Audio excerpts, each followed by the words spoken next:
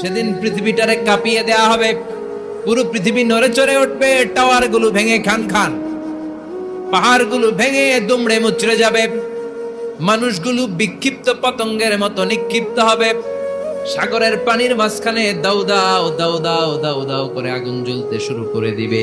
আল্লাহু আকবার। নকশা কে দিছেন আল্লাহ? নকশা কে দিছে না? সুবহানাল্লাহ পড়েন। আবার আল্লাহ বললেন ফাইদা বারিকাল বাসারু ওয়া খাসাফাল কামারু ওয়া জুমিআশ শামসু ওয়াল কামারু ইয়াকুলুল ইনসানু আইনাল মাফার। সেদিন মানুষের চোখ হবে ছানা বড়া, চন্দ্র সূর্যে কোনো আলো থাকবে না, মানুষগুলো দিক বিদিক পাগলের মতো দৌড়াবে, সবার মুখে এক কথা, পালাবো কো।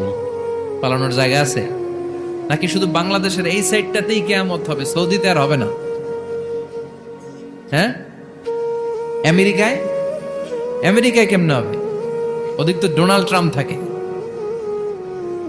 হ্যাঁ, আমেরিকাতেও হবে, জাপানে হবে, ইন্ডিয়াতে হবে, গোটা বিশ্বে একসাথে কাপাকাপি আর এই ধ্বংসলীলা শুরু হয়ে যাবে। চিৎকার করে বলেন ঠিক কিনা?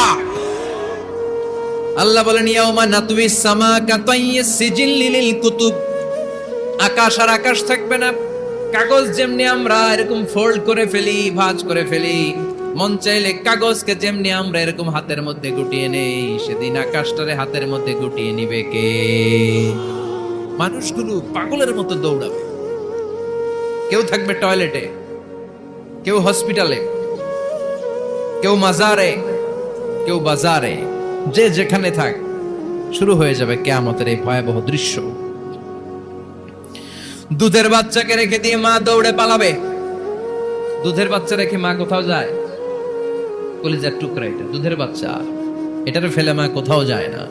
কিন্তু কিয়ামতের এই ঝাঁকুনির দৃশ্য দেখে আল কারিয়া মাল ওমা আদরাকা মাল, এই দৃশ্য দেখে দুধের বাচ্চারে রেখে মা দিবে দৌড়।